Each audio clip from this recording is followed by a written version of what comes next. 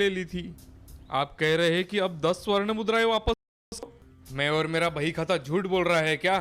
चल जल्दी से 10 सुवर्ण मुद्राएं निकाल। इस घुसखोर को तो सबक सिखाना ही होगा। अगले दिन कुशल अपने संबंधी के साथ उसके खेतों पर घूमने गया। ओह, घुसखोर महाजन दूसरे गांव के कर्जदारों से कर्ज वसूल करके घर वापस लौट रहा है। भाई, तुम कैसे इस महाजन की जागतियां सह लेते हो? तुम इसे मजा क्यों नहीं चखाते? कौन उस जुल्मी के मुंह लगे कुशल? ये बहुत ही जालिम और चालाक है।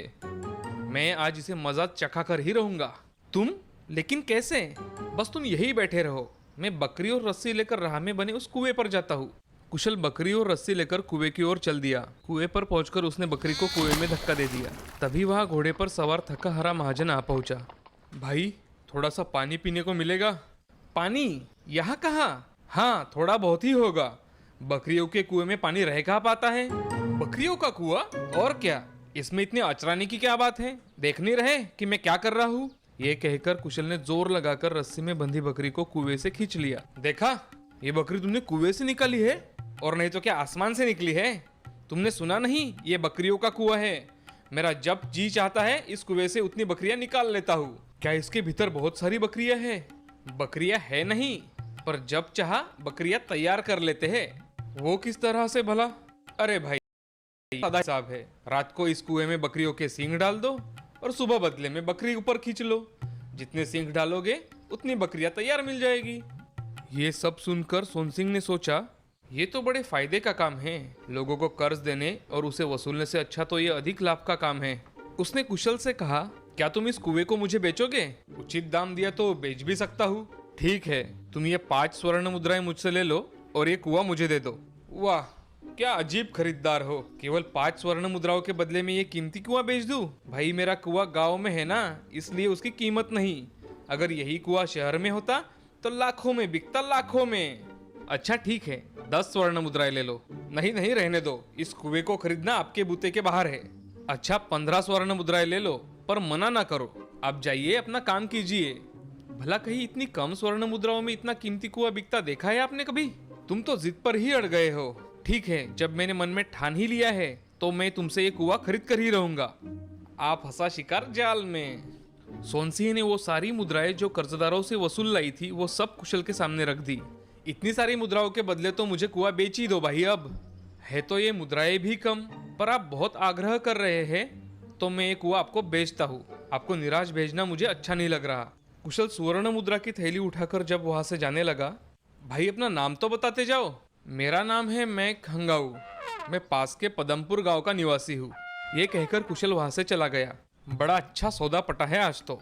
एक दिन में एक सिंह भी कुएं में डालूंगा तो हर रोज एक बकरी मिल जाया करेगी।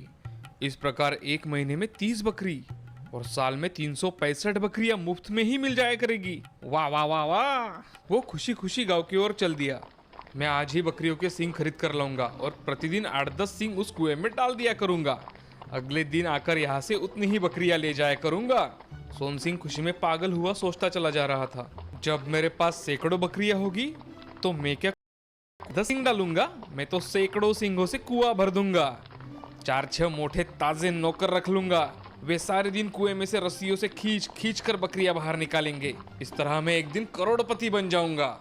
इधर कुशल अपने संबंधी के पास पहुंचा। देखा, मैंने उस घुसखोर का सारा धन उससे ठग लाया हूँ। लेकिन कैसे?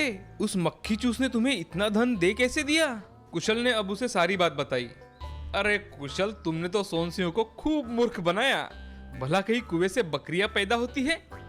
चालाक सोन सिंह तो उसी बात पर विश्वास करके मेरे भाषे में आ गया। असली मजा तो तब आएगा जब सिंह कुएं में डालने पर उसे बकरियां नहीं मिलेगी। उधर दीनापुर पहुंचकर सोन सिंह सबसे पहले कसाई कल्लन की दुकान पर गया। अरे कल्लन, तुम्हारी दुकान में हलाल की गई बकरियों के जितने भी सींग हैं वो सब मुझे बेच दो। सब खैरियत तो है महाजन जी, आज सींगों को खरीदने की क्या जरूरत पड़ गई आपको? कल्लन, टोका टाकी मत करो और मैंने जो कहा है उसे पहले करो। ठीक है महाजन जी, जैसा आप कहे। कल्लन ने 10 सींग लाकर उसके सामने रख दिए।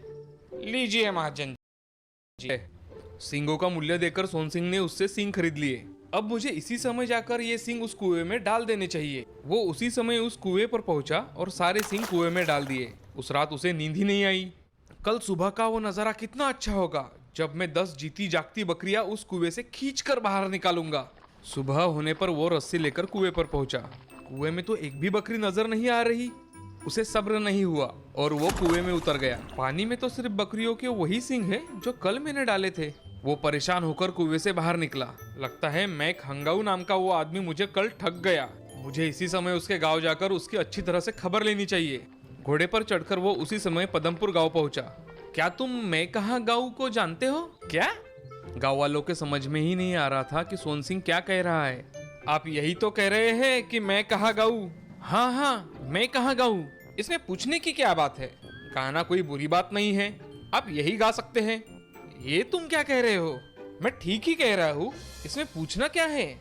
आप निसंकोच होकर गाना गा सकते हैं। अरे मैं तो लुट गया, वो पाजी मुझे दिन दहाड़े लुट गया और तुम मेरा मजाक उड़ा रहे हो। लगता है ये पागल है, अजीब आदमी है। पहले तो पूछ रहा था मैं कहा गाऊं, मैंने यहीं पर गाने की अनुमति दे दी तो अब मुझे धड़क रहा है। तुम तो इसके मुंह मत लगो भाई। अगले सोन सिंह को पत्थरों से मारने लगे। मैं एक एक को देख लूंगा, देख लेना तुम। मारो पागल को, पागल बच।